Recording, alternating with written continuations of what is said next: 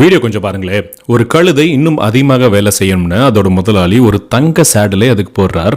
இந்த மில்லோட மிக முக்கியமான ஆளே நீதான், நீ இல்லைனா எதுவுமே இங்க நடக்காதுன்னு புகழ்றார். கழுதையும் நான் மற்றவங்கள மாதிரிலாம் கிடையாது, நான் ரொம்பவே ஸ்பெஷல்னு தீர்க்கமாக நம்புது. அதுக்கப்புறம் அது உயிரே போற அளவுக்கு வேலை பார்க்க ஆரம்பிக்குது. உடம்பு சரியில்லைனாலும் நிக்கல, சோர்வா இருந்தாலும் ஓய்வு எடுக்கல. ஏன்னா நான் நின்னா எல்லாமே நின்னுரும்னு அது நம்புது. ஆனால் ஒரு நாள் அதிக உழைப்பால் ரத்தம் கக்கி கீழே விழுந்துடுச்சு. இப்ப அந்த எஜமான் அதை காப்பாத்தல.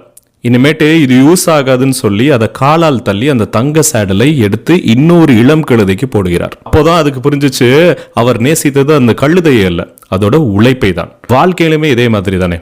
சில பேர் உங்களை அதிகமாக புகழ்வாங்க, அது உங்களை மதிச்சு இல்லை, உங்களால கிடைக்கிற பயனுக்காக.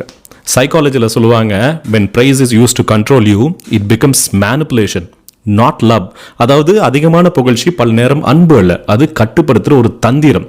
ஸோ உங்களை யாராவது ரொம்ப அதிகமாக புகழ்றாங்கன்னா ஒரு நிமிஷம் யோசிச்சு பாருங்க, அது அன்பா இல்லை உங்கள் உழைப்பை பிழிகிற தந்திரமான. இது போல் இன்னும் நிறைய ஹிடன் சைக்காலஜி ஸ்டோரிஸ் வேணும்னா என்னை ஃபாலோ பண்ணிட்டு இந்த வீடியோவை உங்கள் ஃப்ரெண்ட்ஸ் அண்ட் ஃபேமிலி கூட நிறைய ஷேர் பண்ணுங்க.